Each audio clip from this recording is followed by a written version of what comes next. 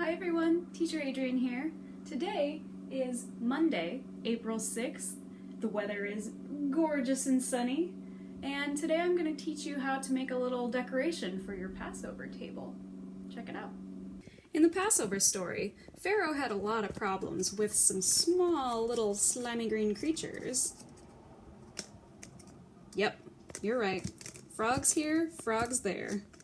They're jumping everywhere. I'm going to show you how to make your very own origami jumping frog. Hey guys, come back here. Come back here. For this project, you're going to need a piece of paper that is 6 inches by 6 inches. Have a grown-up nearby so that they can help you get the measurements and the cutting right. If you happen to have any of this paper left over from the bag that teacher Sandy gave us with the art supplies, you just need to take about 1 inch off the bottom. Have a grown-up help you. Also, you might want to have some pens or markers to decorate, some eyeballs, and small strips of paper that you can even cut out to use as a tongue. The first thing you're going to do when you have your piece of paper is fold it in half, long ways. Now, if you remember, folding can be a little tricky. It's important to try to get the edges to line up. When you have the edges lined up, hold your paper with one hand and press as hard as you can down the side of the paper to make it nice and straight. Make sure you hold it with one hand or it'll slip slide all around. Something I do when I make my origami frogs is fold it into a square after the first step. You don't have to press quite so hard on this fold, just so you have a nice middle line. Sorry about the weird camera angles. Teacher Adrian has a tripod on the way. Once you've got that part done, you're going to take the top of your paper and you're going to fold it into a triangle. The top corner is going to match that line of the square that you just made.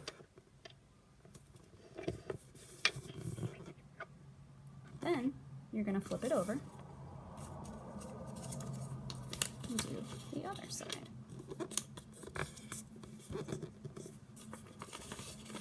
If you unfold the whole thing, it should look like this.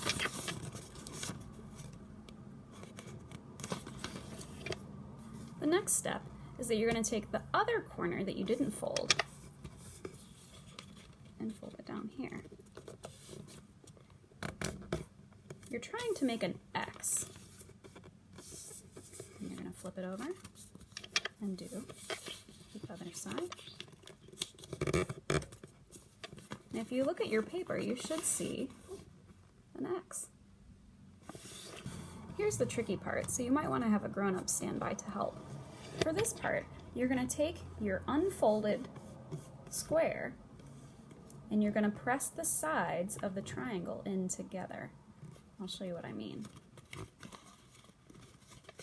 While keeping the top part flat. You're going to want it to fold down into the triangle shape, like so. Let me show you that again. So if you're looking at it like this, you've got the X, and then you're going to kind of pinch the sides in. If you fold it nice and tight, the paper should kind of naturally want to go that way. And you should be left with a little house shape, like this. Ta-da! When you've got your house shape, you're going to fold up the top layer, the little triangle, into a small leg. It should kind of stick up just past the nose. It looks like this.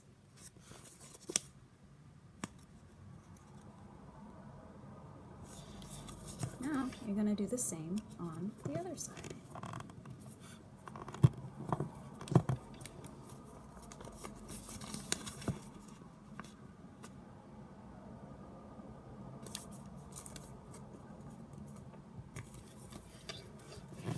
When you've got that step done, you're going to fold, starting at one of the edges over to the middle. I'll show you what that looks like. Okay, you're going to fold it over and it's going to go right up to the point of the legs. Make a nice firm crease. I'll show you what that looks like.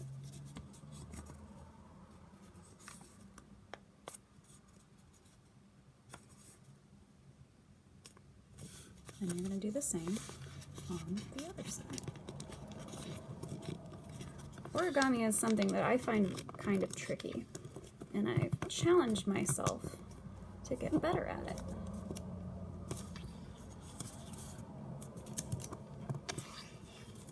So now you have the two sides. It should be folded up like this. Almost looks like a sleeping bag.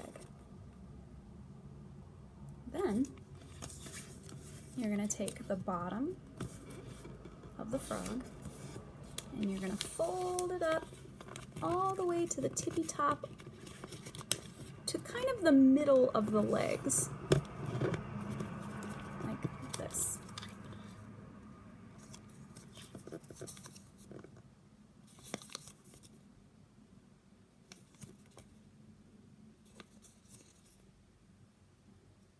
Then you're going to take the bottom part again and you're going to fold it backwards into a little rectangle. I'll show you what that looks like. So you're going to take the end and you're folding it backwards to the end of the body, almost like you're making an accordion shape. And press. Now, before you flip your froggy over, I like to push the legs back just a little bit. It gives it a little bit better of a jump. And you've got your frog. Watch out, Pharaoh. When you're done, I'm gonna add some eyes on the head.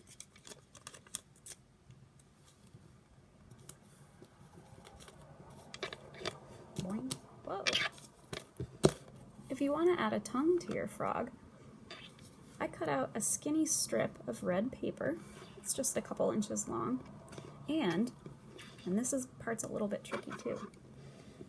You can take a pencil, or you can have a grown-up help you with this part, and curl the end of the tongue. So I'm pressing the pencil into the red paper to make it kind of curl up. Then, when you've got that step done, you're going to need your glue stick.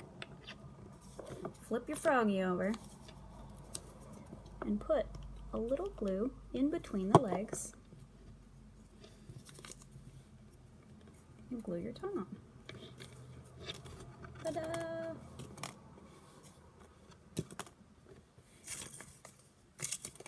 Hey buddy, how's it going? Oh, you know, hanging out. Was thinking about going to see that guy Pharaoh. Yeah, I hear he's a real piece of work. Yeah, let's go get him. Whew, that was a tough one. I seem to have made some new friends. I'm going to be posting the instructions, a website with the instructions on them for the video in case I went too fast, which I probably did.